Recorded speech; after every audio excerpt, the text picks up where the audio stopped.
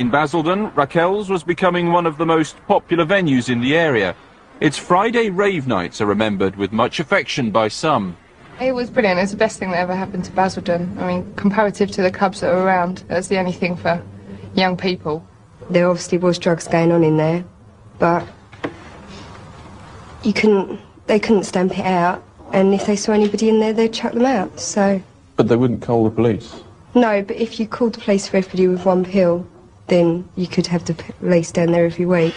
You just knew it was all happening because you could see everything, you'd see people doing things.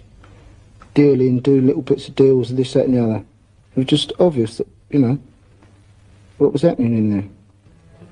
But I mean, everybody knew what was going on, so it wasn't just hidden.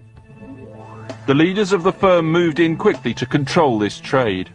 And I were then approached by a local man, Mark Murray, who said he'd been supplying drugs to the raves in Southend. He was well known locally as a drug dealer. Could he have exclusive rights to sell the drugs in Raquel's, for which he would pay a percentage of his earnings? So, and he agreed that it would be all right. The stage was set, if you like. Mark Murray had another perfect marketplace sorted.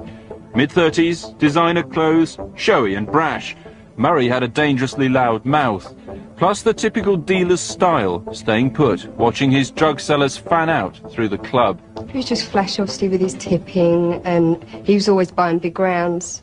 And obviously he was older than a lot of people in there. So, and he was just, the kind of way he dressed and the way he portrayed himself was flash, basically, and it wasn't anything. He always stood in the same place?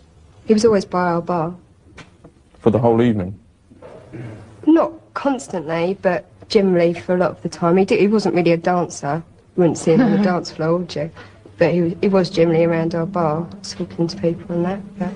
So you got someone who's very flash, obviously got a lot of money, always in there on that night, doesn't move much from where they are, doesn't dance, and is slightly older.